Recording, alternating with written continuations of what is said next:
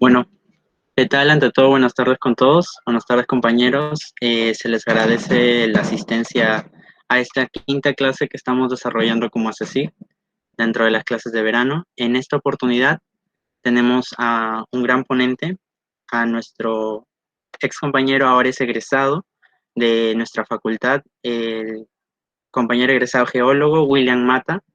Él egresó, si más no me acuerdo, en el 19-1, 18-2, no estoy muy seguro, la verdad, pero está aquí para compartirnos una clase de yacimientos, al cual le cedo el pase y espero que sea muy provechoso para todos.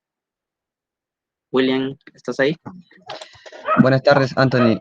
Buenas tardes con todos. ¿Se me logra escuchar todo claro? Sí, sí, William, se te logra escuchar. Ya, voy a proyectarlo, mi pantalla. Correcto.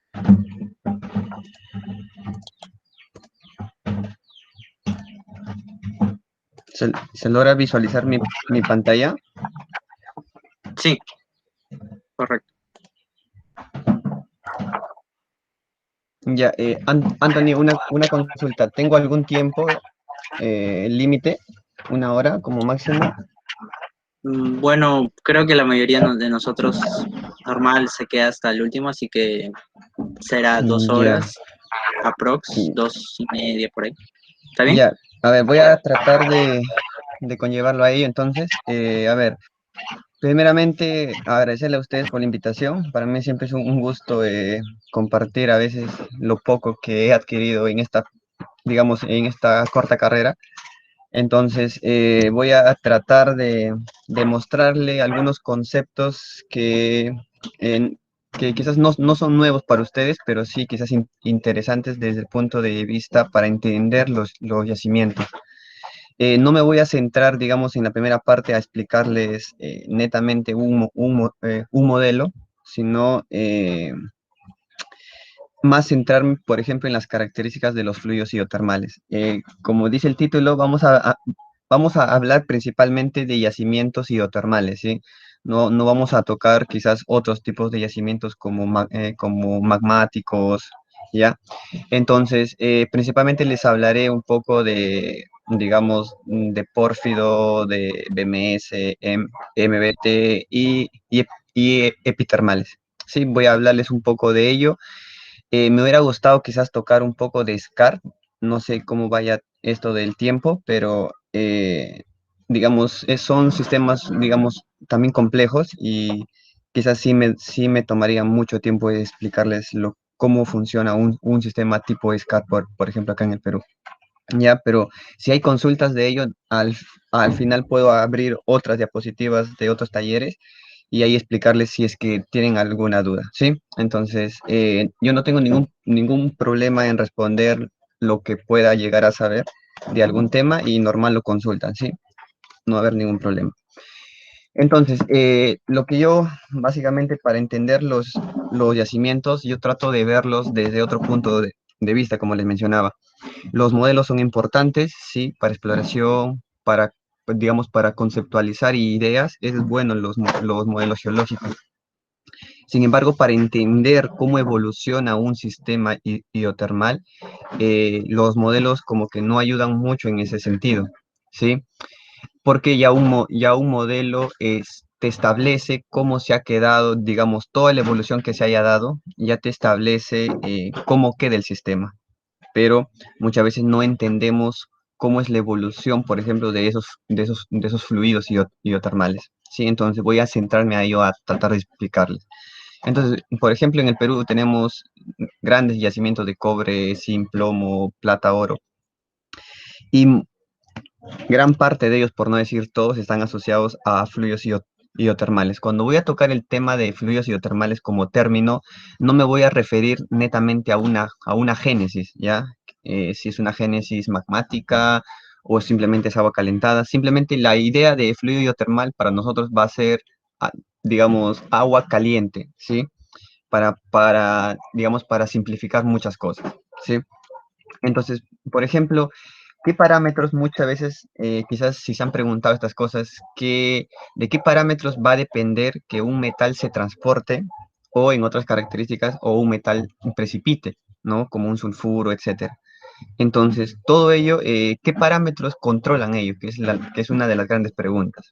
Entonces, quizás acá hay términos que quizás conocen, otros quizás no. Por ejemplo, temperatura, pH, la salinidad, la fugacidad de oxígeno, el contenido de H2S en el sistema. Son parámetros que controlan muchas veces que un metal se transporte o se pueda precipitar. Entonces, estos parámetros estoy tocando, digamos, en este aspecto porque todo esto o mejor dicho, todo esto controla la mineralización muchas veces. Por ejemplo, cambios en temperatura, que es lo muy común a veces escuchar que cambios en la temperatura generan precipitación de metales, cambios en el pH, que es muy importante el pH, por ejemplo, cambios en la salinidad. La fugacidad de oxígeno, no sé si hayan escuchado este término, voy a tratar más adelante de explicarles un poco más de ello, pero básicamente nos va a referir en realidad la fugacidad como tal, o sea, en palabras simples podemos conllevarlo, digámoslo así, como una concentración, pero realmente no lo es, ¿sí? Entonces, esos parámetros que ustedes están viendo acá van a ser las responsables de la solubilidad, que es el transporte o la precipitación de metales, ¿sí? Ahora, hay que tener mucho cuidado, por ejemplo, para el oro. Quizás si algunos de ustedes están revisando información del oro y todo ello, hay una palabra importante que ya se deben grabar, que es el término ligando. Sí, quizás cuando lean algunos artículos van a encontrar esta palabrita. Y básicamente el ligando es, digamos, el agente que va a transportar estos metales, porque los metales principalmente tienen muy baja solubilidad en el agua, por ejemplo. Entonces, si tiene baja solubilidad en el agua, no podríamos estar hablando nosotros de fluidos hidrotermales. Entonces, lo que pasa ahí es que, por ejemplo, hay unos ligandos que ya sean clorurados, bisulfurados, que captan este metal y que luego todo este complejo ya sí es soluble en agua, por ejemplo. Y es así como se transportan los metales principalmente, ¿sí? No se transportan, digamos, de manera sola, ¿sí? Sino que necesitan de un ligando para transportarse, ¿sí? Entonces, es muy importante comprender el tipo de ligando. ¿Por qué les menciono también esto? Porque para el oro, por ejemplo, el oro es digamos, bajo ciertas condiciones, le gusta transportarse como cloruro, bajo otras condiciones como bisulfuro, entonces el oro es muy caótico. Sin embargo, el cobre sin plomo principalmente tienen una alta afinidad por un transporte como un complejo clorurado, por ejemplo. Sí, de eso voy a hablarle más adelante, pero son cositas que espero no sean ya nuevas para ustedes, sino simplemente complementar lo que ya saben, ¿sí? Entonces, justamente acá lo que les mencionaba, el tema de los ligandos. Los ligandos son muy importantes, ¿no? Por ejemplo, cuando uno quiere transportar el oro, principalmente el oro, como les mencionaba, estos metales son de baja solubilidad en el agua, pero justamente cuando se logran enlazar, digámoslo así, con algún tipo de ligando, en este caso bisulfurado, este ya nuevo complejo sí es soluble, por ejemplo, en agua. Entonces sí se puede transportar con una alta, digamos, con alta solubilidad, ¿sí? Lo mismo pasa, por ejemplo, con el cobre, ¿no? Que tiene una preferencia por un complejo clorurado. Sí, entonces, justamente, digamos que el tipo de ligando, su función que va a cumplir es aumentar la solubilidad de estos metales para que en el fluido hidrotermal se transporte. Sí, y justamente me gustaría, si que ustedes tienen la oportunidad de leer, por ejemplo, este artículo que no tiene más de seis, o mejor dicho, más de seis caras, y que es muy interesante. Sobre todo, voy a centrarme bastante en estos diagramas. De manera simple voy a tratar de explicarles cómo es que funcionan estos diagramas.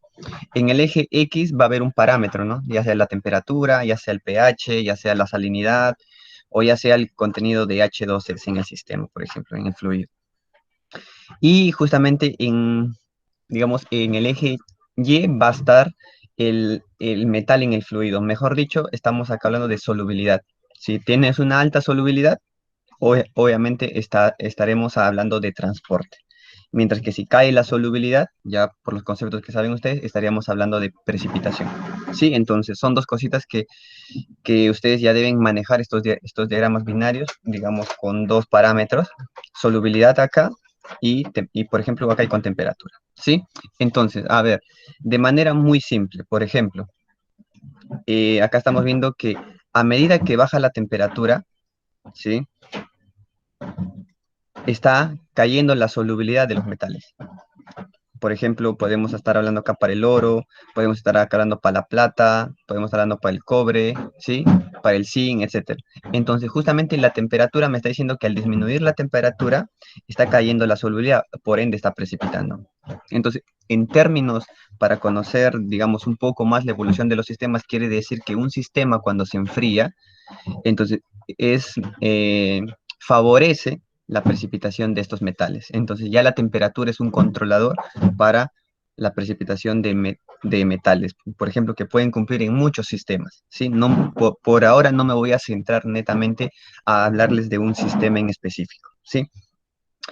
Por ejemplo, el pH también, perdón, acá el pH, por ejemplo, también es otro factor importante. Por ejemplo, para los metales como cobre, zinc, plomo y todos ellos tienen esta condición, que a medida que el pH está aumentando, ya, está cayendo estas curvas. ¿Qué me quiere decir en todo caso? Que a medida que el fluido se va neutralizando, lo que está pasando es que está favoreciendo la precipitación de metales. Y esto, si ustedes lo quieren llevar a un yacimiento, por ejemplo, o un scar, ustedes saben que, o si tienen los conceptos básicos de qué es un scar, la roca con la que hace contacto un intrusivo es caliza, ¿sí?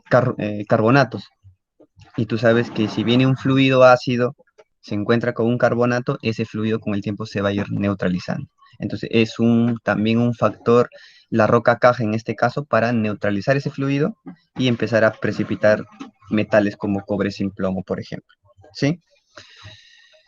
Acá, por ejemplo, en cuanto a la salinidad, también es importante, por ejemplo, porque muchos de los fluidos, cuando hablamos de yacimientos, son fluidos salinos, muchos, no en su totalidad de los diversos tipos de yacimientos que existen, pero en la gran mayoría son fluidos salinos. Entonces, estos fluidos salinos, por ejemplo, cuando hay una alta concentración de sales, por ejemplo, como cloruro de sodio, estamos hablando de un buen transporte de metales. Y si esa salinidad cae, favorece la precipitación de metales. Esto cómo lo podemos ver también en la realidad. Muchas veces cuando hay mezcla de fluidos hidrotermales con aguas, digamos, meteóricas, que son de baja salinidad, esa mezcla genera un descenso, digamos, de la salinidad resultante de ese nuevo fluido. Y entonces justamente esa mezcla muchas veces también favorece la precipitación de metales. ¿Sí? Acá también podríamos estar hablando del contenido de H2S. ¿Por qué es importante el H2S? Justamente si ustedes ven esta pequeña reacción, acá se explica todo, por ejemplo. El Me significa que es un metal o un cloruro de metal, ¿sí? Como ya habíamos visto, el cloruro es un buen ligando. Y si se encuentra con H2S en el sistema, este metal va a querer captar este azufre reducido para formar un sulfuro de metal, ya sea pirita, calcopirita, galena, esfalerita, etc.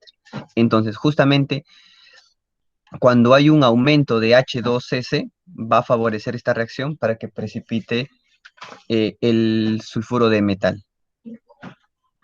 ¿Sí? Entonces, justamente al aumentar el contenido de H2S en el sistema, favorece la precipitación de metales.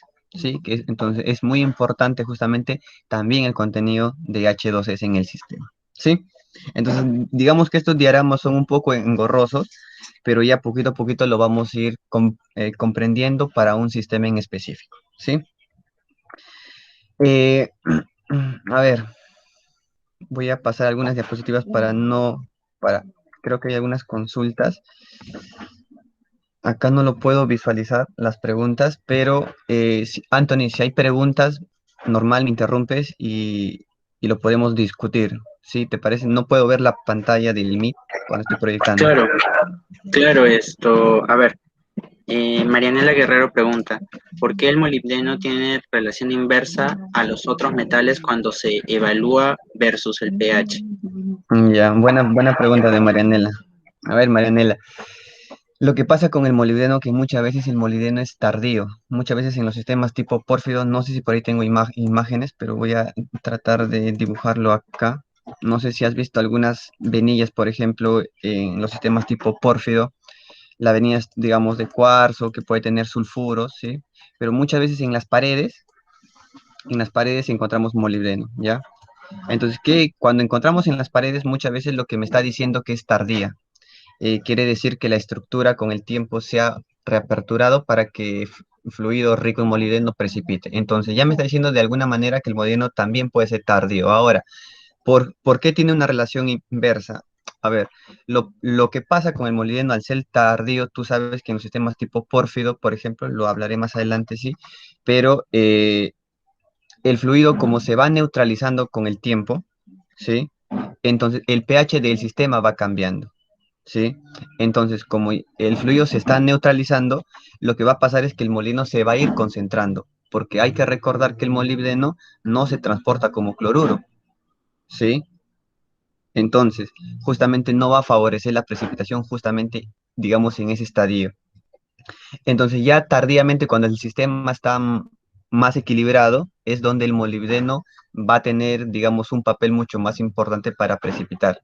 Sí, es por ello que justamente el molibdeno tiene esa relación inversa a lo que es común, por ejemplo, para el cobre sin plomo, porque ellos principalmente se transportan como cloruro, mientras que el molibdeno generalmente como un hidroxilo o un molibdato, perdón, ¿sí? Como molibdato se transporta el molibdeno, ¿sí? Entonces, justamente depende también del tipo de ligando con el cual se transporte, ¿sí? Hay otra pregunta, Anthony, por ahí. No, por el momento Ya, esa es la única. listo. Ya, listo. A ver, lo que pasa es que esta diapositiva se me ha saltado, está muy adelante, pero básicamente también otros mecanismos para precipitar, por ejemplo, este es específicamente para el oro. No sé si quizás hayan visto yacimientos tipo de baja sulfuración, donde la ebullición es un factor muy importante que va a controlar muchas veces la mineralización en sistemas de baja sulfuración, por ejemplo. Entonces, básicamente estos diagramas quizás son engorrosos, pero de manera simple, estos triángulos que están acá simplemente son concentraciones, ¿sí? Una alta concentración y una baja concentración de oro. Entonces, justamente la ebullición sigue este camino. ¿Qué hace la ebullición? O sea, lo primero que hace es concentrar fuertemente este metal, oro, y llega un punto que luego lo hace descender drásticamente la solubilidad por efecto de la ebullición. Entonces, justamente ahí favorece la precipitación, por ejemplo, del oro. Lo concentra y luego lo precipita por el proceso o por el mecanismo de la ebullición. ¿Sí? Entonces, una textura muy clásica encontrar es calcita tipo bladed, ¿sí? O calcita hojosa, empalizada, muchas veces en otros textos lo encuentran de esa manera, que básicamente justamente es, digamos, es una textura característica de la ebullición en sistemas de baja sulfuración, ¿sí? Entonces, básicamente lo que el diagrama me está mostrando es el proceso de la ebullición, ¿sí? Ahora, la ebullición, por ejemplo, justamente si uno lo quiere ver como reacción, ya es que cómo es que se da esa precipitación por ebullición del oro, muchas veces se pregunta. Entonces, justamente este oro, como ya habíamos, o ya les había adelantado un poco que el oro principalmente quiere transportarse como un sistema bisulfurado, lo que pasa es que justamente cuando se da la ebullición, se pierde H2S en forma de gas. Entonces, si se va a azufre, quiere decir que el oro se queda sin su ligando. Y al quedarse sin su ligando, el oro precipita justamente por ese motivo, ¿sí? Entonces, justamente en la ebullición, como hay una pérdida de H2S en forma de gas, el complejo que tiene al oro se desestabiliza, suelta el oro y lo precipita, ¿sí? Entonces, básicamente es, digamos, el mecanismo, digamos, hablando así con reacciones, cómo es que se da ese proceso de precipitación, ¿sí? Del oro. A ver, acá también, también podemos precipitar oro, como les mencioné, estas diapositivas se han adelantado un poco, pero básicamente también otro proceso para yo precipitar oro, por ejemplo, es seguir este camino B, que básicamente es oxidar el sistema, ¿sí? Es, por ejemplo, cuando mi sistema se oxida mucho, ya el oro todavía está con un complejo bisulfurado, pero llega un punto que ya no aguanta tanto la oxidación que lo precipita drásticamente, ¿sí? Porque estoy pasando de alta solubilidad, drásticamente estoy pasando a baja solubilidad. Y esta línea que está acá en sección. Está aumentando la solubilidad y luego cae la solubilidad. Entonces, justamente este proceso por oxidación es muy común, por ejemplo, en contacto con rocas, cajas oxidadas, ¿sí? Ya por ejemplo, en estos diagramas lo voy a mostrar. Acá lo que tenemos, por ejemplo, en esta reacción, cuando se oxida el sistema, ¿sí? O estoy frente a una roca caja oxidada, por ejemplo, las capas rojas, los red beds. En el Perú tenemos capas rojas como Casapalca y otros más, que básicamente pueden servir como rocas, como buenas rocas huésped, si es que pasa un fluido rico en oro, por ejemplo. Sí, entonces, ¿qué es lo que pasa? Al momento que se oxida nuevamente, este complejo se desestabiliza porque este es un azufre reducido y nuevamente se desestabiliza y suelta al oro. Y este que es un azufre reducido pasa a un azufre oxidado. Sí, entonces justamente este proceso es lo que ocasiona justamente este tipo de precipitación. En el Perú no tengo registro de algún tipo de yacimiento asociado a este mecanismo, pero por ejemplo en otros países que tienen capas rojas, por ejemplo, si no me acuerdo, en Australia, si no mal recuerdo, habían este tipo de yacimientos, ¿ya? Entonces es muy común en esos sistemas encontrar este tipo de, digamos, de precipitación de oro. ¿Sí? Ahora, por ejemplo, también se puede dar otro proceso para precipitar el oro, que es más conocido, por ejemplo, si también han visto yacimientos de oro orogénico. Por ejemplo, en el Perú tenemos en Patás. Y ya, ahí también el mecanismo es interesante, porque básicamente acá lo voy a tratar de esquematizar en lo que dices, representación esquemática. Entonces, pero a ver, para darles la idea cómo es que precipita el oro en esas condiciones. Ya normal el oro se está transportando como ese complejo bisulfurado que ya nosotros conocemos. Y hay que recordar algo, y acá también viene un poco de la parte química. Estos metales como fierro, que están en la roca, caja muchas veces cuando son rocas intrusivas, volcánicas, etcétera, que están dentro de los minerales ferromagnesianos, por ejemplo, anfíboles, micas, etcétera, etcétera. ¿Ya? Lo que pasa es que este fierro tiene mucha afinidad por el azufre reducido. ¿Por qué motivo? Porque quiere formar sulfuros como pirita, por ejemplo. Entonces, lo que pasa es que cuando pasa un fluido cargado en oro a estas condiciones, eh, lo que va a querer este fierro de la roca caja es atrapar este azufre para que sea más estable, como ese sulfuro que les mencionaba. Y nuevamente, si el oro se queda sin ligando, entonces el oro precipita. Pero este mecanismo por el que se da esta precipitación se le conoce como precipitación del oro por piritización de la roca caja, ya que lo voy a esquematizar acá a la derecha. Entonces, por ejemplo, muchas veces es importante, hay un control estructural, ya, y como les mencionaba, por ejemplo, este es un ejemplo nomás, anquerita, ¿sí? Que como ya saben es un carbonato que tiene calcio y fierro, que muchas veces puede ver, pero puede ser cualquier ferromagnesiano, cualquier mineral ferromagnesiano. Entonces, ¿qué es lo que pasa? Cuando este oro se está transportando como ese complejo bisulfurado, ¿ya? Como ese complejo bisulfurado, eh, lo que va a pasar es que va a interactuar con la roca y lo que va a querer, por ejemplo, es ese fierro atrapar al azufre reducido, ¿sí? Y justamente lo que va a generar entonces va a formar pirita, va a piritizar, el oro se queda sin ligando y por ende el oro precipita. Entonces, este proceso se conoce como les decía, la precipitación del oro por piritización de la roca. Y esto es muy común encontrar en ese tipo de sistemas, por ejemplo, en esas vetas de patas, es muy común encontrar el oro precipitado y casi toda la caja está piritizada. Digamos que es un estilo muy común, pero a veces la parte geoquímica para entender es un poco más compleja. Sí, entonces ya estas reacciones nos dan un poquito más de visión para entender por qué se da este proceso. ¿Sí? Entonces, hasta ahí más o menos he tratado de hablarles, digamos, un poquito de los fluidos, como les mencionaba, es bien extenso explicar acerca de los fluidos, básicamente que ustedes entiendan la importancia de comprender las reacciones químicas, ¿sí? Y ahora sí hablaré más que nada, digamos, algunos modelos de sulfuros masivos, de MBT, de pórfidos, y algunas características o algunas ideas generales, ¿sí? Entonces, por ejemplo, cuando uno, y esto es recomendable para ustedes, cuando ustedes vayan a tocar ya el tema de yacimientos, porque yo me Eh, imagino que ya están Mata, a puertas, perdón, discúlpame, hay una dime, pregunta.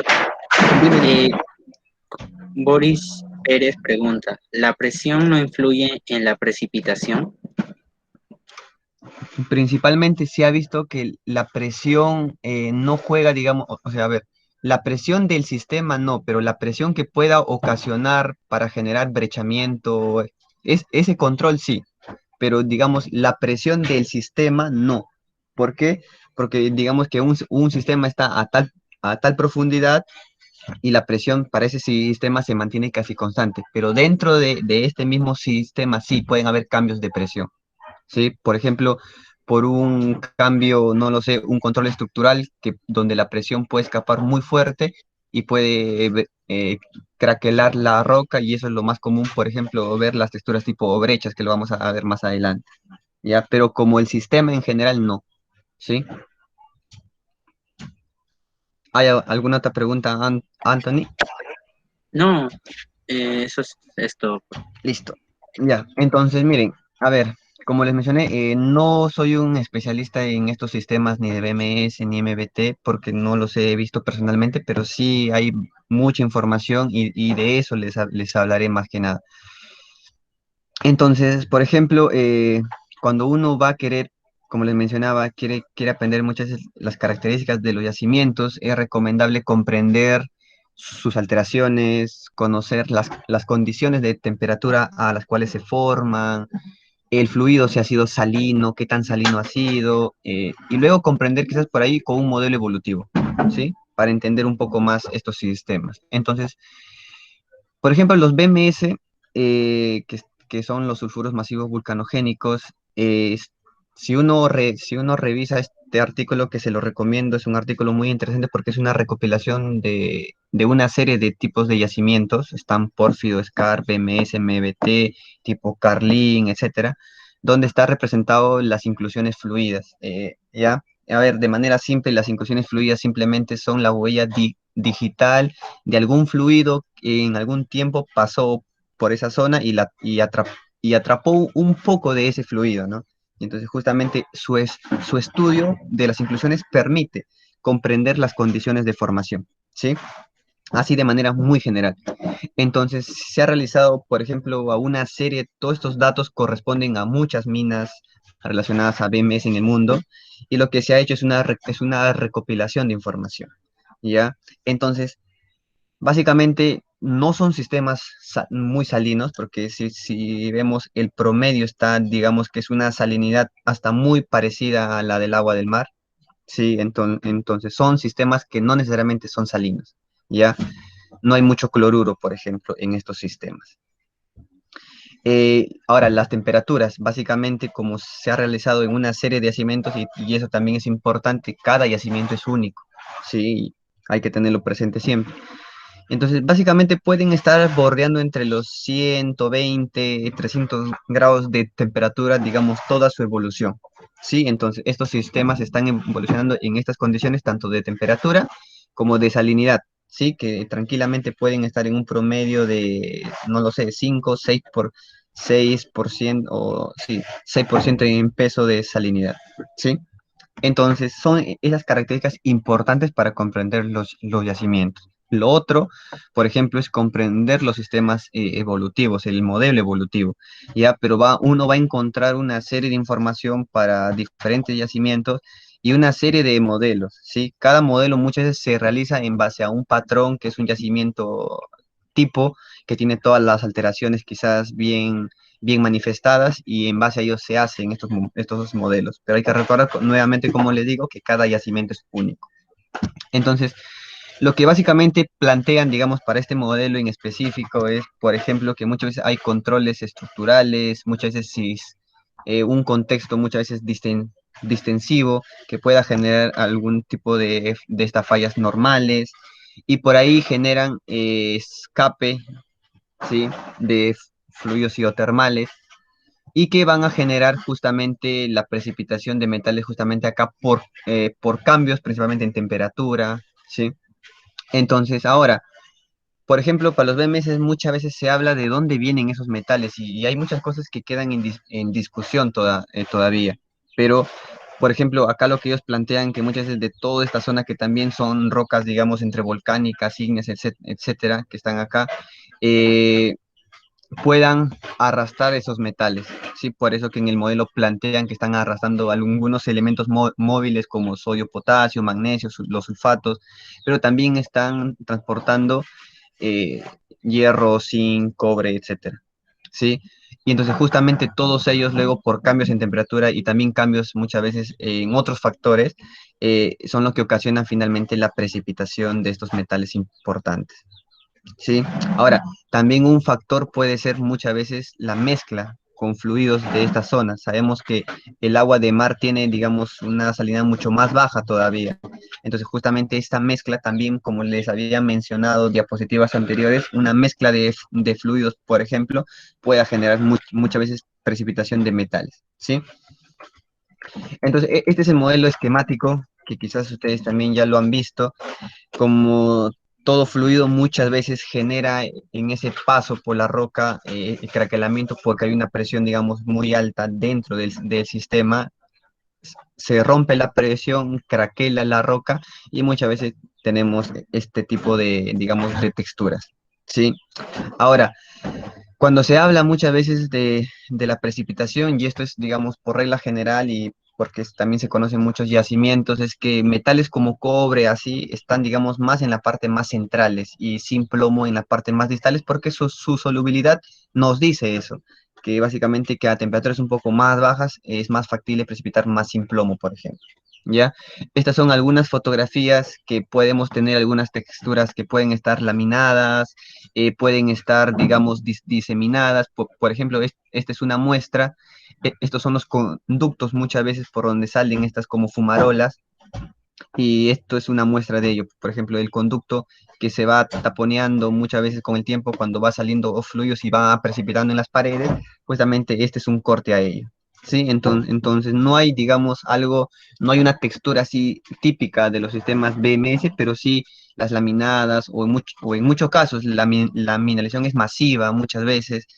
Entonces son las características de estos sistemas masivos vulcanogénicos, hablando en general.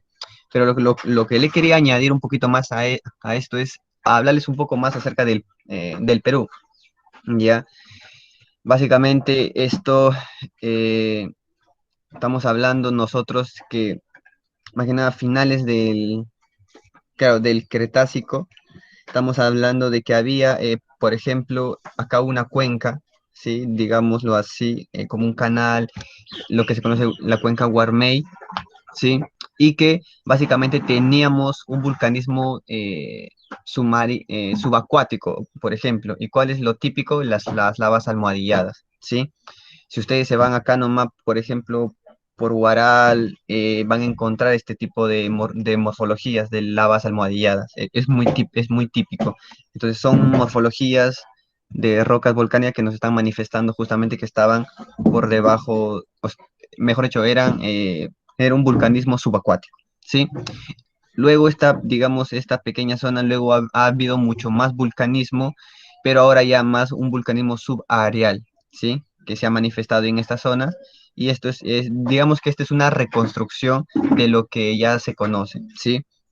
Y ya teníamos un vulcanismo ya más asociado, eh, digamos, más subarial, como les mencionaba. Ya, entonces, esto es lo que pasa en el Perú.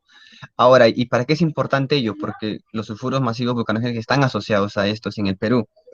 Y justamente acá lo que les puedo hablar, por ejemplo, tenemos Tambo Grande. Si nos vamos un poco al norte, acá tenemos una serie de proyectos, porque en realidad muchos de ellos no se explotan por muchos temas, más que nada, temas socioambientales. Entonces, Tambo Grande, por ejemplo, desde Tambo Grande hay un par de tesis doctorales, ¿sí? Una de ellas es del señor Winter, por ejemplo, que es un yacimiento de talla mundial cuando se han hecho los estudios, pero no se explota, por ejemplo. Entonces, ¿qué ha pasado? Como les mencionaba, acá también hay vulcanismo subacuático, ¿sí? Lo que se conoce como la formación Cerro San Lorenzo, y básicamente es donde está la mineralización, donde se ha hospedado la mineralización, ¿sí? Acá, por ejemplo, se han hecho algunas dataciones, ¿sí? La mineralización está justo en esta zona, pero ojo, hay que recordar, estas dataciones no se ha realizado a la mineralización, y hay que tener mucho cuidado con esas cositas. Se ha realizado tanto a, digamos, a la roca caja en sí y al que le corta. Mejor dicho, han tratado de cercar la base y el tope de la edad de la mineralización. Entonces, básicamente está entre los 100 y los 104 millones de años. ¿Sí? Entonces, básicamente estamos hablando todavía que es un prospecto en realidad porque, o un proyecto porque hasta el día de hoy no se explota, ¿ya? Entonces es importante comprender, por ejemplo, todo lo que he tratado de sombrear acá es las rocas volcánicas, básicamente del Cretácico, ¿sí? Entonces están asociados a ello. Y los yacimientos, por ejemplo, los BMS que están en estas zonas. Ahora, también tenemos, por ejemplo, si nos regresamos un poco más al sur, ¿sí? Acá lo que tenemos, por ejemplo, los yacimientos de María Teresa, Perubar y Palma. Ya, muchos de ellos están, por ejemplo, Perubar y María Aurea también están datados, ¿ya? Pero hay que tener nuevamente cuidado. Son dataciones que se le han hecho a algunas alteraciones. Ya no es, por eso es importante que cuando ustedes lean dataciones o lean un artículo de las edades, hay que ver en qué mineral han datado, ya qué técnica y todo ello. Entonces, pero básicamente son edades que pueden estar relacionadas, sí, pero no es la edad netamente de la mineralización, ¿sí? Hay que tener mucho cuidado con ello. Y nuevamente, justamente estas rocas, digamos, volcánicas son las que están asociadas justamente a este tipo de yacimientos. Entonces es muy importante reconocerlas. Sí, nuevamente como les mencionaba, todo lo verde son los volcánicos sedimentarios que están asociados al Cretácico. Sí.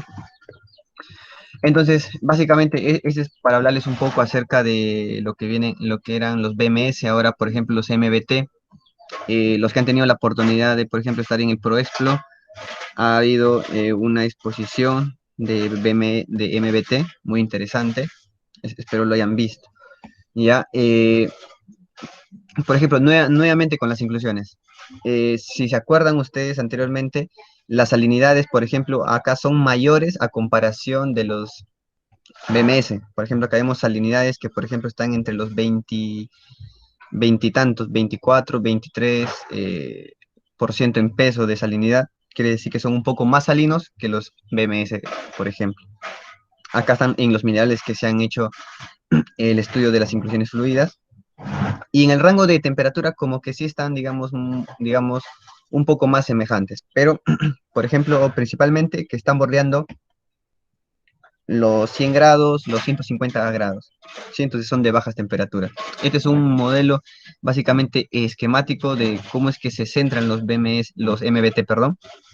Y que nuevamente, ahora, digamos, los BMS, los MBT muchas veces en la misma, cuando hablamos de la cuenca, están asociadas muchas veces, ¿ya? Pero básicamente, nuevamente también el control estructural es importante para la migración de los fluidos. Ahora, en los MBT, por ejemplo, con estudios recientes, se está conociendo que en las bases de los MBT, por ejemplo, hay evaporitas, que justamente son la fuente de ese cloruro, ¿ya? ¿Para qué? Para transportar con mayor efectividad a estos metales, por ejemplo. Entonces, son una serie de estudios que se están realizando a este tipo de yacimientos. Entonces, y como les mencioné, están asociadas a qué tipo de rocas, a rocas carbonatadas. ¿Sí? Acá nuevamente nos vamos un poco al Perú para comprender ello, y que justamente acá lo que tenemos es, por ejemplo, básicamente, si uno quiere relacionar con edad, estamos hablando de la formación Chambará, que básicamente es parte del grupo Pucará, que básicamente es entre Triásico o Jurásico, está en esas edades, la edad del grupo Pucará. ¿Y por qué es importante el Pucará? Porque el Pucará es un grupo carbonatado, ¿sí? Y dentro de este, por ejemplo, de este grupo carbonatado, hay yacimientos importantes como Shalipayco y San Vicente, que son, digamos, son dos MBT característicos, son dos MBT típicos acá en el Perú y muy reconocidos, ¿sí? Entonces, ¿qué pasó? Acá lo que se ha hecho, por ejemplo, se ha mapeado, digamos, todos los afloramientos ya del Pucará, y acá están nuevamente, como les mencionaba, las minas principales que están asociadas a estas rocas carbonatadas. Ahora, por ejemplo, en la universidad, cuando todavía estaba en la universidad, hice un pequeño estudio relacionado a ello, donde, por ejemplo, lo que hicimos fue una comparación en base a las texturas. Acá teníamos muestras de Shalipayco y muestras de San Vicente. Lo típico que ustedes van a escuchar cuando hablen de los MBT son las texturas tipo cebra, por ejemplo. ¿Ya? Estas texturas caracterizadas, ¿no? A veces por presentar dolomitas, por presentar mineralización de esfalerita, y por ahí calcita residual que ha precipitado luego, etcétera. Entonces son texturas cebras muy, pero muy características. Acá, por ejemplo, sin mineralización, con mineralización. Y acá también tenemos brechas que se forman. Ahora, estos clastos son de esas rocas carbonatadas, por ejemplo, y está cementada muchas veces por calcita o dolomitas y todo ello. ¿Sí? Entonces, es importante que ustedes que identifiquen estas características, porque esto, por ejemplo, cuando encontramos este tipo de brechamientos, ha pasado algo por ahí. Quizás un fluido que ha roto por ahí con mucha presión, entonces hay que tratar de comprender hacia dónde ha podido migrar este fluido hidrotermal. Cuando nuevamente hablo hidrotermal, en el sentido de que es agua caliente, sin importar la génesis, ¿ya? Entonces, eso es importante de este tipo de yacimientos. Ahora, de los pórfidos, por ejemplo, de estos sí les puedo hablar más, digamos, se conoce, hay mucha información, pero básicamente Silito hizo digamos, una compilación de todo ello, donde él le llama el sistema porfírico no solamente al yacimiento tipo pórfido, sino a una serie de yacimientos que pueden estar asociados. Entonces puede haber un SCAR proximal, un SCAR distal, por acá están los CRD, ¿sí? Que son los reemplazamientos de carbonatos, los yacimientos de alta sulfuración, los tipos epitermales de alta sulfuración, de intermedia sulfuración, perdón, de alta sulfuración, acá de intermedia sulfuración, etcétera, ¿sí? Entonces, son yacimientos o mejor dicho, son depósitos que están asociados a este nombre que él lo denominó como un sistema porfirítico. Ahora, las alteraciones lo voy a explicar una por una, no se preocupen de esto, pero son los modelos clásicos desde Lowe y Gilbert desde el año 70, donde tenemos, ¿no?, la alteración potásica, la fílica, la propilítica.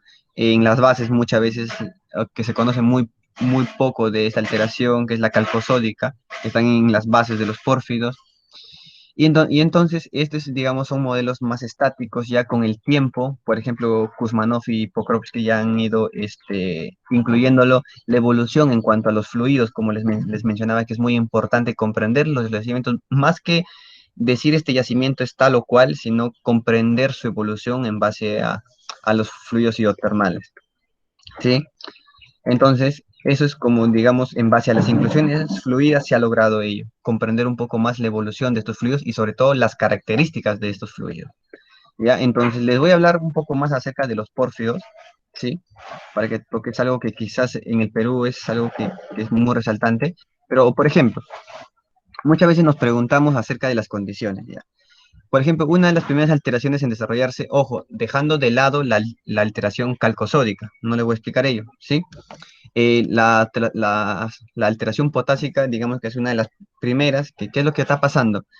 Que a medida que este fluido, que todavía es magmático, ya fluido magmático, que luego se separa en dos fases, una fase salina, el brine que se conoce, y una fase volátil, ¿sí? La fase volátil va a ascender rápidamente para que ya genere algún tipo de alteración en la parte más superficiales, que lo explicaré ya con los yacimientos epitermales. Y lo que se queda acá, por ejemplo, son los fluidos salinos, ¿sí? El hipersalino o el brine. Entonces, ¿qué es lo que pasa con estos fluidos salinos? Como su palabra es salino, justamente es porque está transportando los metales. Entonces, justamente acá se da una serie de reacciones. Por ejemplo, una de ellas puede ser que en la roca caja haya algún tipo digamos, de feldespatos en general, y muchas veces en el fluido hay potasio. Ya, este potasio, no, como le digo, no les he explicado la calcosódica, pero es muy importante, sobre todo para comprender por qué muchas veces encontramos mucha generación de biotita secundaria, mucha generación de feldespato potásico secundaria dentro de esa alteración. ¿De dónde viene tanto potasio? Entonces, muchas veces lo que pasa en la calcosódica es que justamente también por ese reemplazamiento para formar esos minerales libera mucho potasio, y ese potasio llega a estas condiciones y justamente es donde genera una serie de minerales característicos y ricos en potasio, ¿sí? Entonces, justamente, ¿qué es lo que pasa? Puede generar, por ejemplo, lo que se conoce como la ortosa, pero es mucho más fina.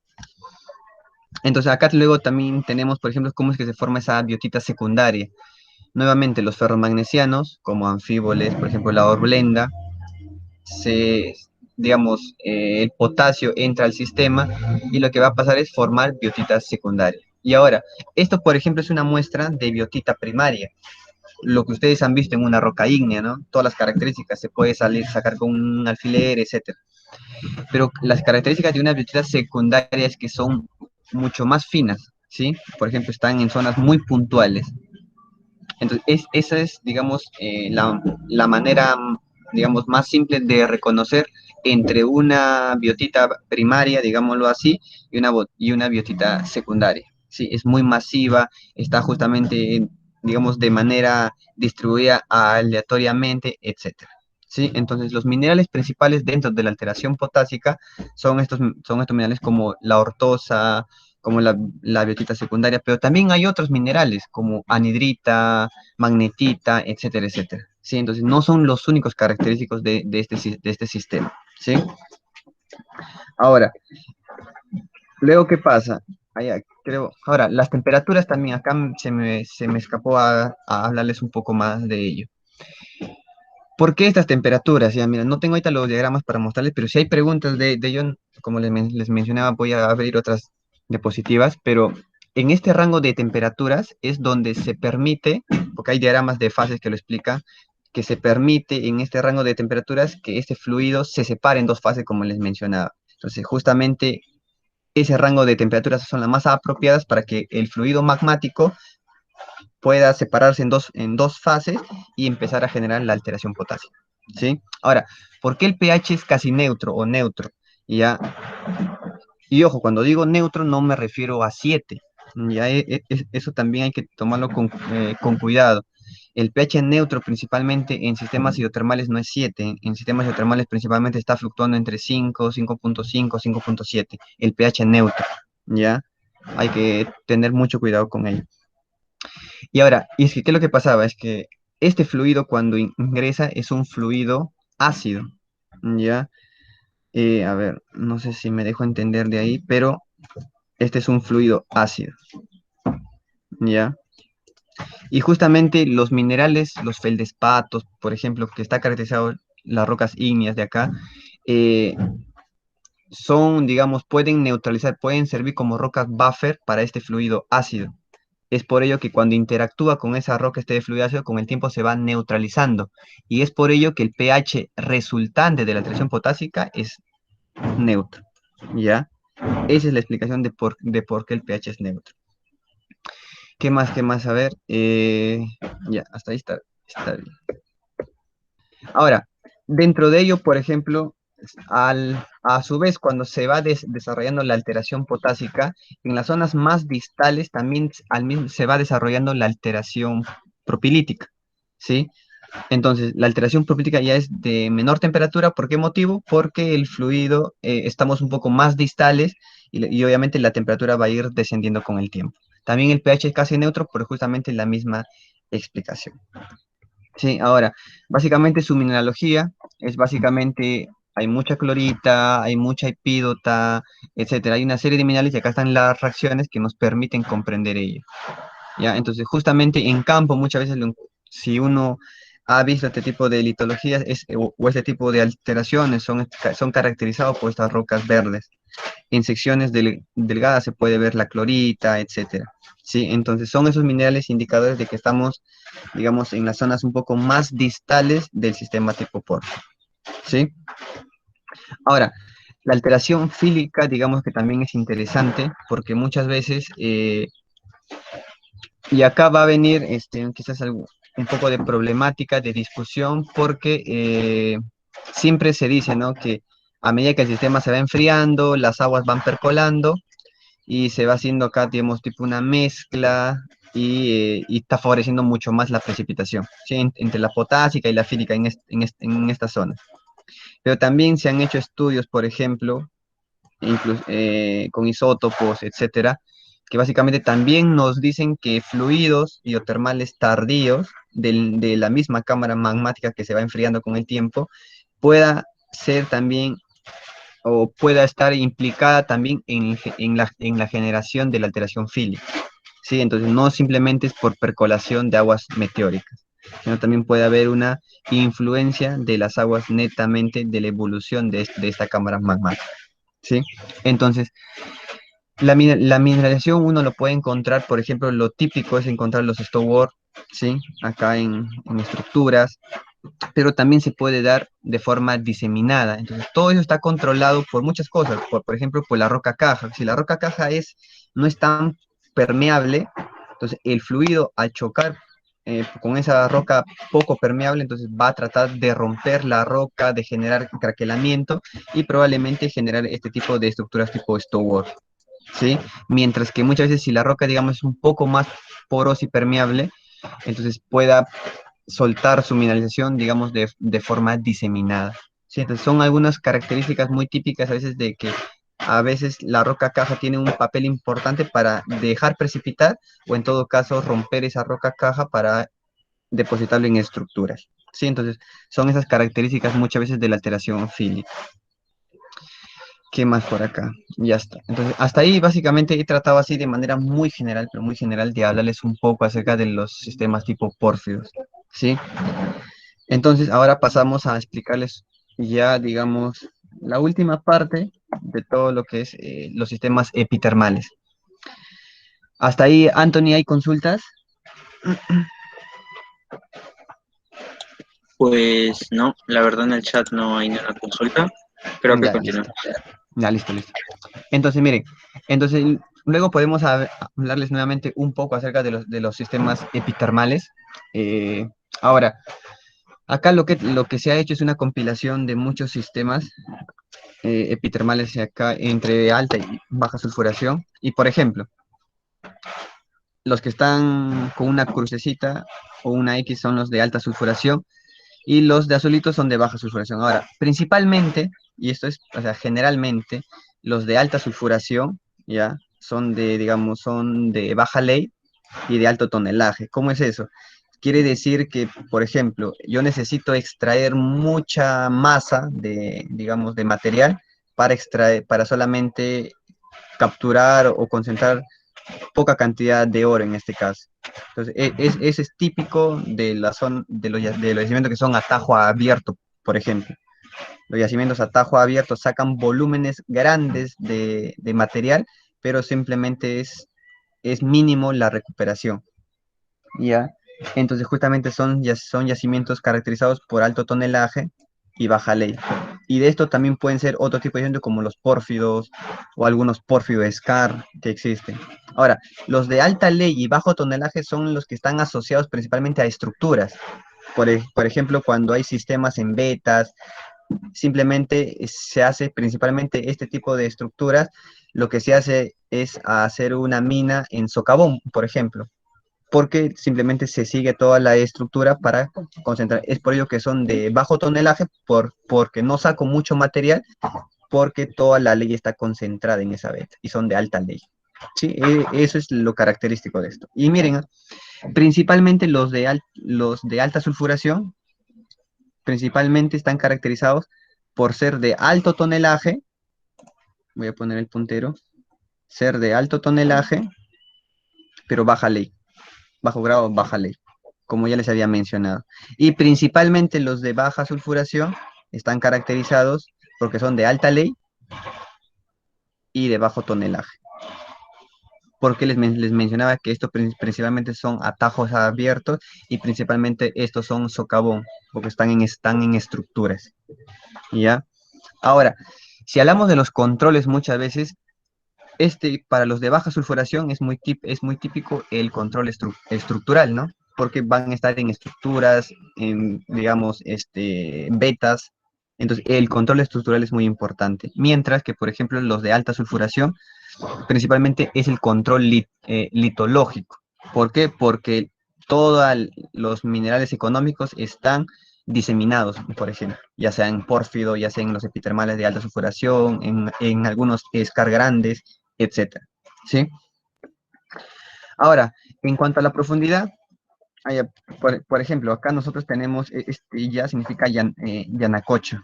Yanacocha es un yacimiento muy, pero muy grande, es de talla mundial el que viene a ser Yanacocha, ¿sí? Ahora, en cuanto a la profundidad, esto se ha hecho un estudio y que básicamente están relacionadas a profundidades que van entre los 0 y 2 kilómetros. Son de las condiciones, como su mismo nombre lo dice, a condiciones más someras. Sí, entonces son yacimientos caracterizados por este tipo de profundidades. Ya, entonces, por ejemplo, acá lo que se ha hecho, y esto es lo que hice, es una serie de datos, ya, de muchas minas, y dentro de ellas hay varias en el Perú. Ya, por ejemplo, Pirina, Yanacocha, Colquijirca, Santa Rosa, Zipán creo que ya no funciona, La Virgen, ya. Entonces, en base a cuál es el control que pueda estar gobernando para generar la mayor mineralización. Entonces, básicamente acá lo que él ha hecho, por ejemplo, lo ha separado por profundidades, desde más somero hasta más profundo, y luego lo ha relacionado con los controles, tanto litológico, hidrotermal y estructural. Por ejemplo, los más someros principalmente están, en general digo, están relacionados ¿a qué? A un control más litológico. Quiere decir que en las zonas más someras el control litológico es importante. Si la roca es porosa y permeable, va a precipitar toda la carga metálica. Mientras que, por ejemplo, cuando el sistema es más profundo, principalmente el control que lo gobierna es un control más estructural, porque a mayor profundidad no puede muchas veces estar diseminado, sino que quiere romper la roca y por eso están en estructuras. ¿Sí? Y justamente acá está mencionado justamente el control estructural, el hidrotermal y el litológico. ¿Sí? De eso iremos conversando acá, por ejemplo.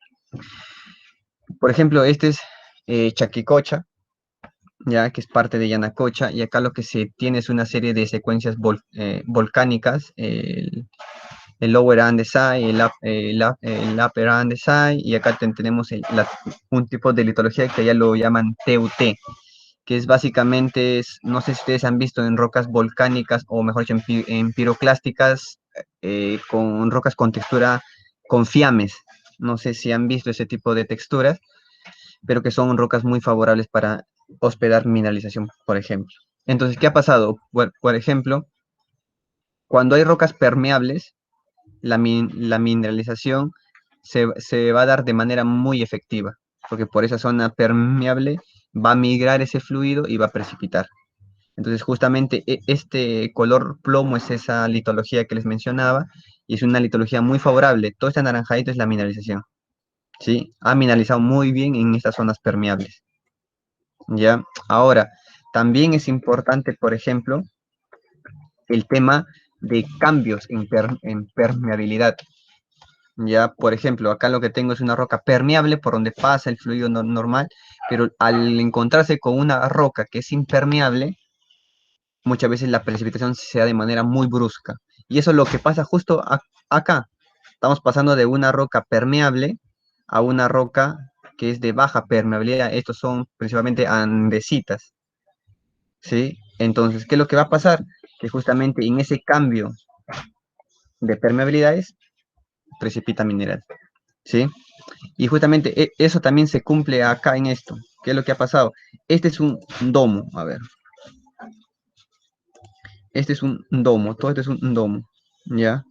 Entonces, ¿qué ha pasado? No sabemos si el fluido vino por acá o por acá, pero lo que sí se sabe es, por ejemplo, acá están las leyes más colores, digamos, lilas, son las de mayor alta ley. Quiere decir que la mayor ley está acá, en esta zona. En esta zona está la mayor ley. ¿Qué me está diciendo? Que el fluido ha venido, ya sea por aquí o por acá, pero lo que ha generado es ese control litológico es el que ha sido favorable para precipitar. Entonces, justamente ese cambio de permeabilidades es muy importante también para, eh, para que el oro, por ejemplo, precipite. Porque este domo no solo funciona como una trampa litológica, sino también como una fuente térmica que le da calor al sistema para sea favorable para la precipitación del oro, por ejemplo. ¿Sí? Entonces, justamente ese control litológico ha sido importante, por ejemplo, acá en Pampa Verde, para la precipitación. Sí, que esto es en la zanja, por ejemplo, todo está en el norte. Ya, entonces, ahora, ¿cómo es que ya? Yo les he hablado un poco de todo esto de los epitermales, pero imagina cómo es que se da toda esta precipitación, y acá viene un poquito para que ustedes lo comprendan. Ya habíamos hablado acerca del pórfido, ¿no? De la parte un poco más profunda, todo ello, y estos vapores que les había mencionado cuando se da esa separación de fases, el vapor es el que ascendía, y en las zonas altas, como estos vapores son ácidos, lo que van generando es mucha alteración en estas zonas. Entonces, ¿qué es lo que pasa? Por ejemplo, lo voy a explicar de manera acá un poco más esquemática. Ya miren acá. Lo que pasa es que estos fluidos, por ejemplo, muchas veces en estos vapores ácidos hay SO2.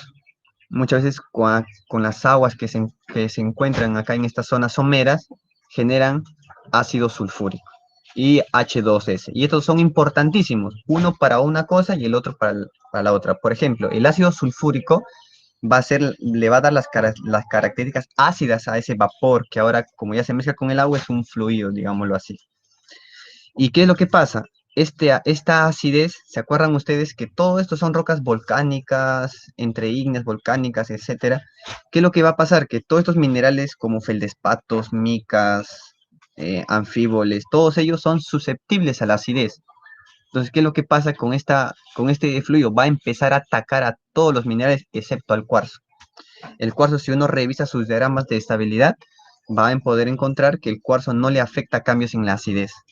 Entonces, el único que siempre sobrevive es cuarzo, por ejemplo, ¿ya?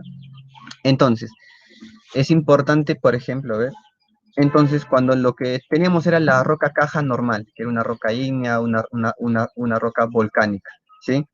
Pero cuando pase ese fluido, lo que va a pasar es, va a empezar a atacar. Lo que puede pasar es que genere algunos minerales de alteración como la alunita, por ejemplo. Pero si ya la acidez es tan fuerte, muchas veces se destruye todo y solo te queda bagisílica o el cuarzo queroso, como lo quieran llamar.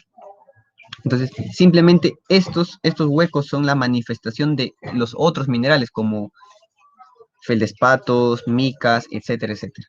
Entonces, simplemente, como les había mencionado, el cuarzo es el único que no sufre cambios durante cambios en la acidez. ¿Y esto para qué será importante este proceso? Este proceso es importante porque a este proceso se le denomina la preparación de la roca caja.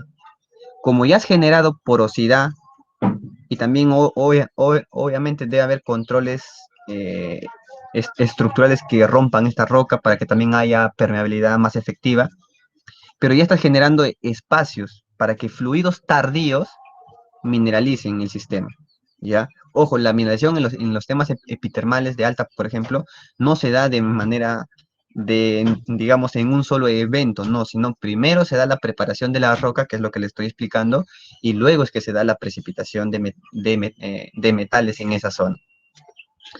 ¿Sí? Entonces, por ejemplo, justo esto es lo que le mencionaba, los feldespatos, cuando genero acidez, ya, cuando genero acidez, que es hacia la izquierda, lo que estoy generando es alunita, por ejemplo. Pero si ya tengo acidez de, por ejemplo, pH 1 o 0.5, si es muy ácido ya, muchas veces pasa que la alunita también ya no es su campo de estabilidad. Entonces ya hasta la alunita no aguanta y todo se destruye. ¿Sí? Entonces, justamente, por ejemplo, este es un diagrama muy simpático que nos muestra una serie de minerales que, como les digo, no les voy a hablar mucho de ello por el tiempo, pero una serie de que están controladas por muchos parámetros, ya por distalidad, que están controlados por la temperatura, están controlados por la acidez, etcétera, etcétera. ¿Sí? Pero, por ejemplo, acá hay muestras, por ejemplo, estos son de yacimientos del Perú, por ejemplo, de Lagunas Norte. Acá lo que tenemos es la alunita, muy típica. ¿Sí? Esto ya en sección delgada, que son minerales que nos están manifestando que el sistema estuvo ácido. Acá también, por ejemplo, de los que les mencionaba, es que por acá pasó el fluido, ¿sí? Por acá pasó el fluido, y como el fluido es ácido, acá va a haber mayor acidez y acá va a haber menor acidez. Entonces, ¿qué es lo que pasa?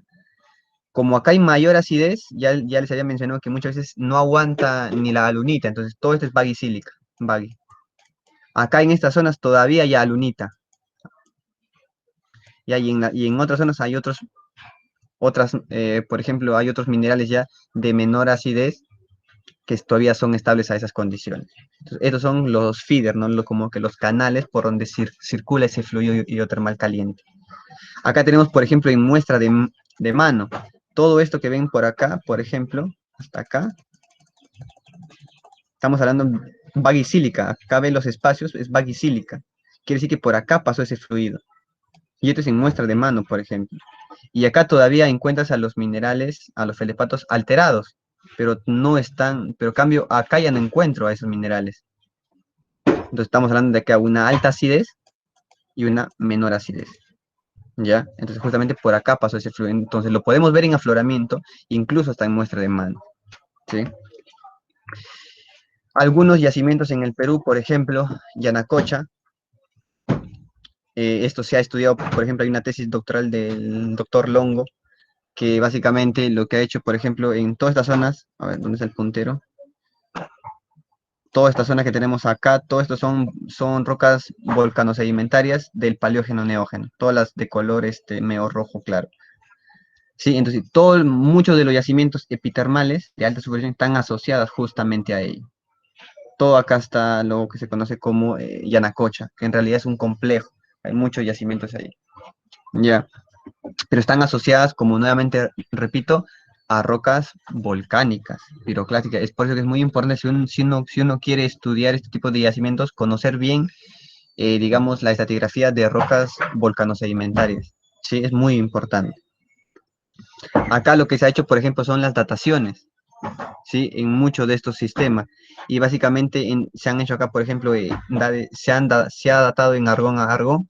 Y, por ejemplo, tenemos dades que van desde los 11, desde más o menos de los 14, 13 hasta los 10 millones de años más o menos, o 11 millones de años, la evolución de Yanacocha, por ejemplo. Entonces, básicamente en esta edad se ha dado todo este sistema, ¿sí? Entonces, eso es muy importante, por ejemplo, las dataciones nos ayudan mucho, sobre todo para comprender la mineralización. Acá otro proyecto en Lagunas Norte, es una serie de complejos de domos volcánicos, ¿sí? Este también es una tesis doctoral de todo lo que es Lagunas Norte, que está acá, y asociados nuevamente a estas rocas volcanosedimentarias del Paleógeno Neógeno, ¿sí? Nuevamente se han hecho dataciones y estas son, digamos, un poco más antiguas que lo que habíamos visto en Yanacocha. Por ejemplo, acá tenemos edades más o menos en Lagunas Norte que están entre, digamos, 17 millones de años aproximadamente, que se ha dado toda esta evolución en lo que es Lagunas Norte, ¿sí? Y ya, entonces, básicamente, Con ello he tratado de hablarles un poco acerca de los fluidos y por ahí algunos sistemas minerales. Sí, lo más clásicos en el Perú y sobre todo tomando algunos casos en el Perú que hay mucha información para revisar.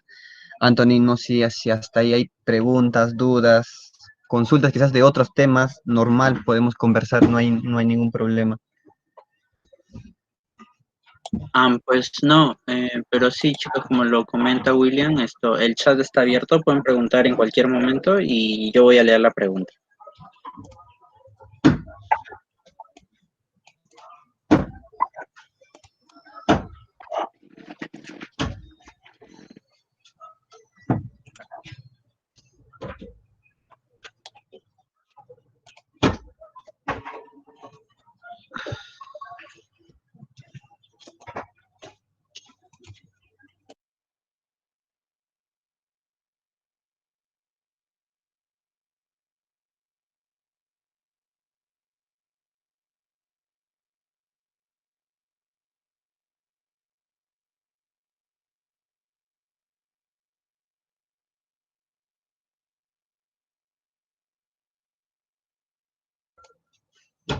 Creo que hay consultas, Anthony.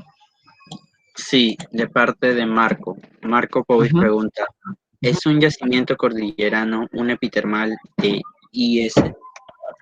De intermedia sulfuración.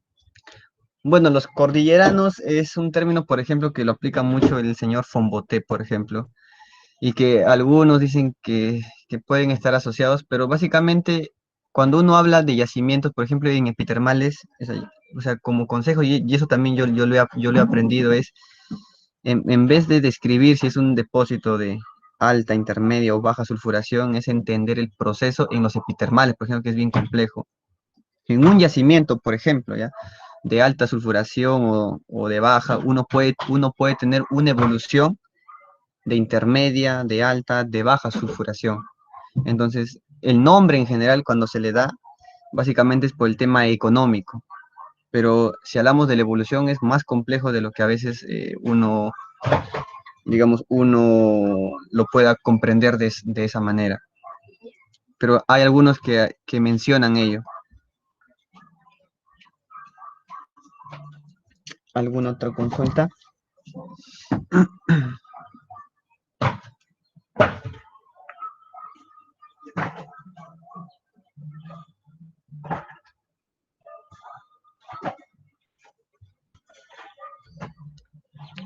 Eh, William, por mi parte quería hacerte una consulta también. Dime, dime. Con respecto al modelo de los SCAR, también podrían Ujú, tener esto. Vi que también, o sea, mencionaste que puede ser relacionado mucho a un pórfido, ¿correcto? ujú. Entonces, ¿tendría un modelo específico, un SCAR, y asociado a un pórfido y a los epitermales? ¿Y qué mineralogía, por ejemplo, presentarían?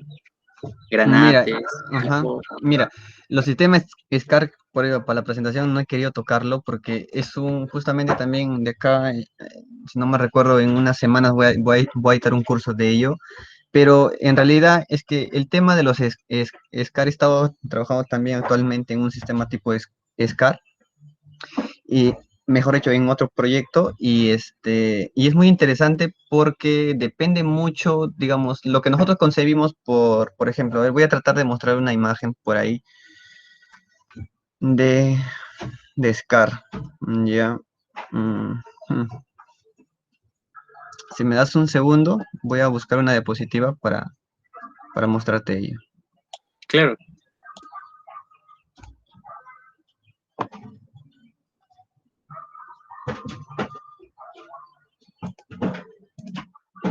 Ujú, ujú.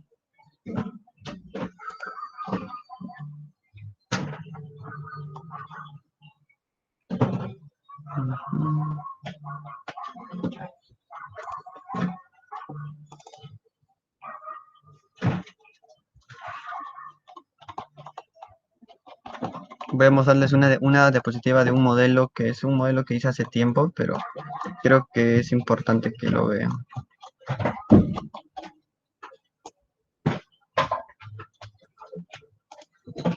Ya.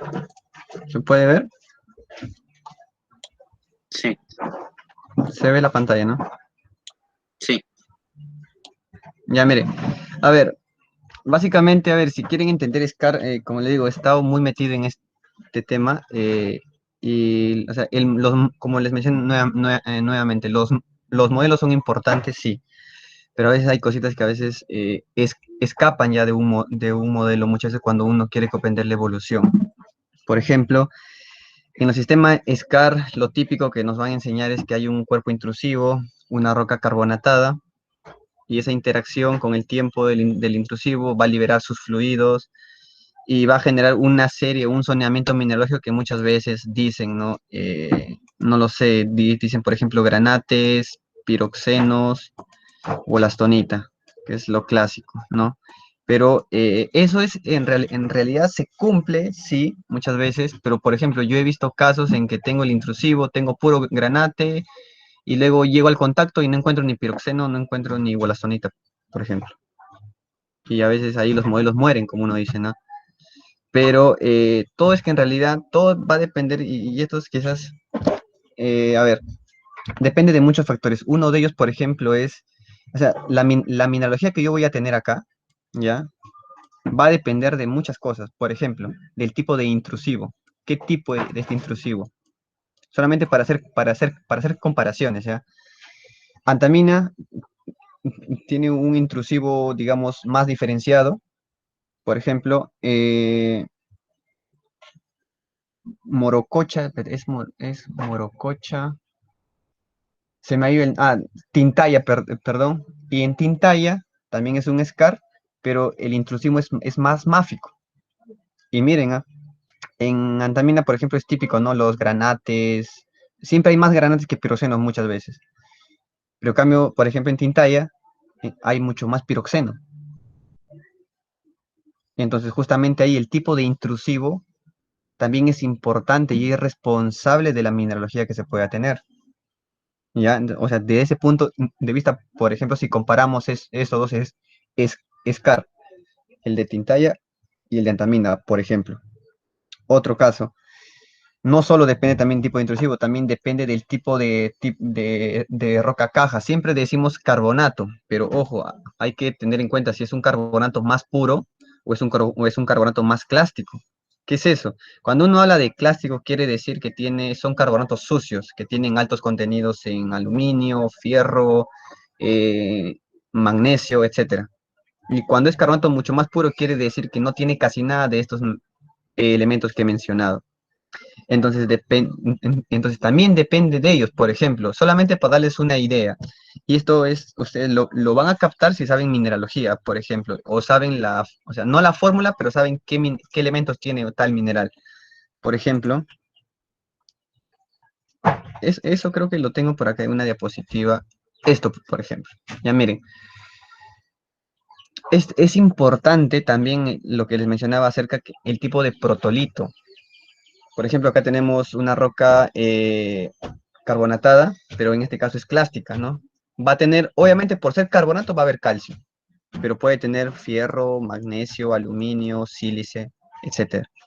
Ahora, y siempre acá, por ejemplo, ¿quién gana a quién, por ejemplo, en la composición? Si hay más aluminio que fierro y magnesio, y en estas zonas, digamos, ¿dónde el puntero? Acá está. En estas zonas donde es zona de Horfes, por ejemplo, yo voy a formar, si hay más aluminio, voy a formar un granate grosulárico. Quiere decir que con mayor contenido en aluminio, porque hay calcio, hay aluminio. Entonces muchas veces vamos a tener un predominante, cuando ya se haga un SCAR, todo esto va a ser un SCAR ¿de qué? De más granates que piroxenos, por ejemplo. Y en la zona donde hay metamorfismo, vamos a encontrar Hornfels con algunos relictos de granates, de esta composición, por ejemplo. Si hay más fierro y magnesio, uno dice, ya, pues hay fierro y magnesio, entonces voy a formar un granate tipo almandino, por ejemplo. Pero no. ¿Por qué motivo? Porque como en el sistema hay más calcio que estos señores, entonces el calcio no va a quedar, digamos, de lado. Y si uno ve la fórmula química del almandino, el almandino no tiene calcio. Entonces es imposible que forme almandino, por ejemplo. Entonces no va a formar un granate, va a formar un piroxeno. Y puede ser entre diópsida o gedimbergita, ¿no? Ya va a depender si es más magnésico o más férrico. Y en ese caso vamos a tener, por ejemplo, un scar de piroxenos predominante en estas zonas, y en la zona de contacto acá en estas zonas, un Hornfeld pero con piroxenos. Y todo de esto hay fotos y todo, y es muy interesante. Pero y entonces ahí viene el otro lado, que la roca caja también es importante para el desarrollo de la mineralogía, por ejemplo. Entonces por ejemplo, son dos ejemplos típicos y clásicos que no solo es aprenderse la secuencia de granate, piroxeno y wollastonita, porque no es así. Muchas veces no tenemos toda esta secuencia. Sí.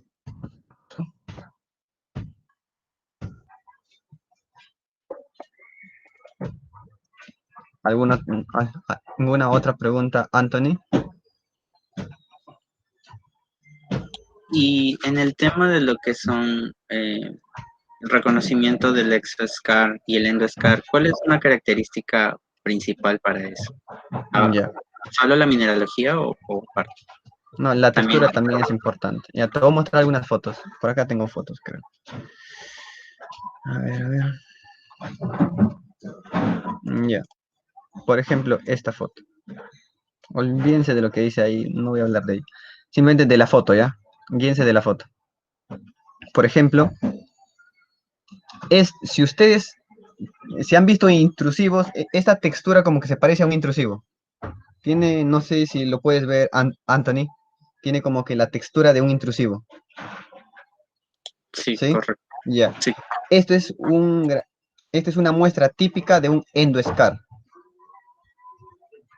El endoscar no es nada más que el metamorfismo y luego metasomatismo de un intrusivo. Esta muestra, por ejemplo, es un endoscar. Acá vemos estos granates, por ejemplo, que ustedes ven acá, son más ricos en aluminio. Y estos granates más oscuritos son más ricos en fierro, principalmente. ¿Sí? Pero son los granates. Y tiene la textura todavía relicta de un intrusivo. Ojo, y en cambio, cuando uno ve un exoscar, no sé si tengo fotos de acá de exoscar. Ya, acá, por ejemplo, este es también un exoscar de granates verdes. Muchas veces no hay la textura de un intrusivo, nada, ni nada por el estilo. Muchas veces también hasta incluso están laminadas, que son típicas de las rocas carbonatadas cuando ha pasado por ahí algún tipo de fluido. Por ejemplo, acá tenemos esfalerita mineralizada dentro de los espacios, de los intersticios, ¿no? Que se ha metido en el granate, por ejemplo. Este es granate verde, típico de un exoscar, por ejemplo. Entonces, la mineralogía es importante para reconocer un exo. ¿Sí? No sé si por acá hay fotos. No lo sé. Por ejemplo, esta también es un endoscar. Y lo interesante de esto, por ejemplo, estos son los granates, tanto, digamos, más pálidos, a los bordes más oscuros.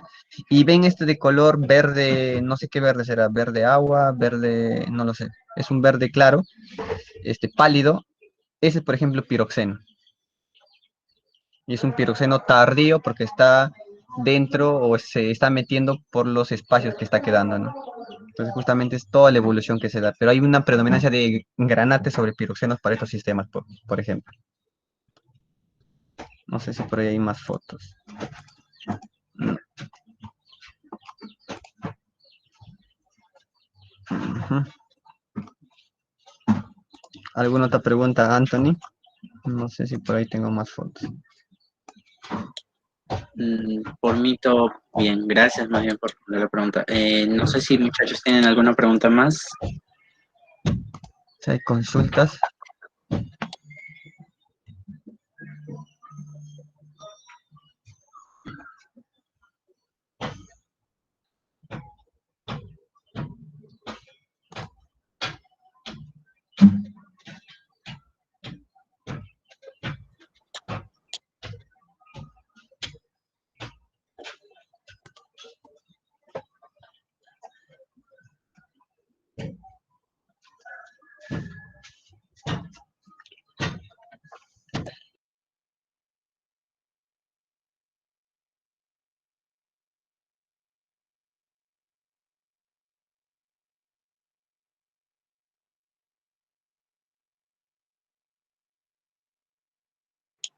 Bueno, entonces en todo caso creo que eso sería todo.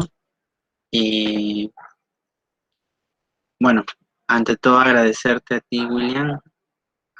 Gracias por el pequeño taller que nos has entregado. Creo que ha sido muy provechoso para todos. Y gracias por tener esa predisposición de siempre apoyar a nuestros compañeros, ¿no?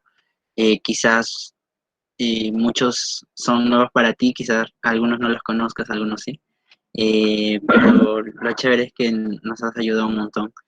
Eh, a nombre de ACESIG y de todos nosotros te agradecemos y bueno, eso sería todo, ver tus palabras, si es que tienes. Sí, más que nada, gracias a ti, Anthony, y a tu grupo de la CSIC por invitarme. Mientras haya tiempo, no tengo ningún problema en compartir un poco de la experiencia que estoy adquiriendo en la carrera y normal, cualquier consulta o duda siempre trato de apoyar a los chicos. He visto, sí, personas conocidas acá en la reunión y nada, gracias y ya estamos en comunicación. Correcto, William. Muchas gracias y bueno, creo que eso sería todo por esta clase, muchachos.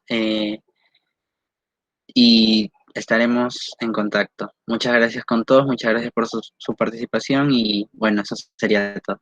Hasta luego. Gracias.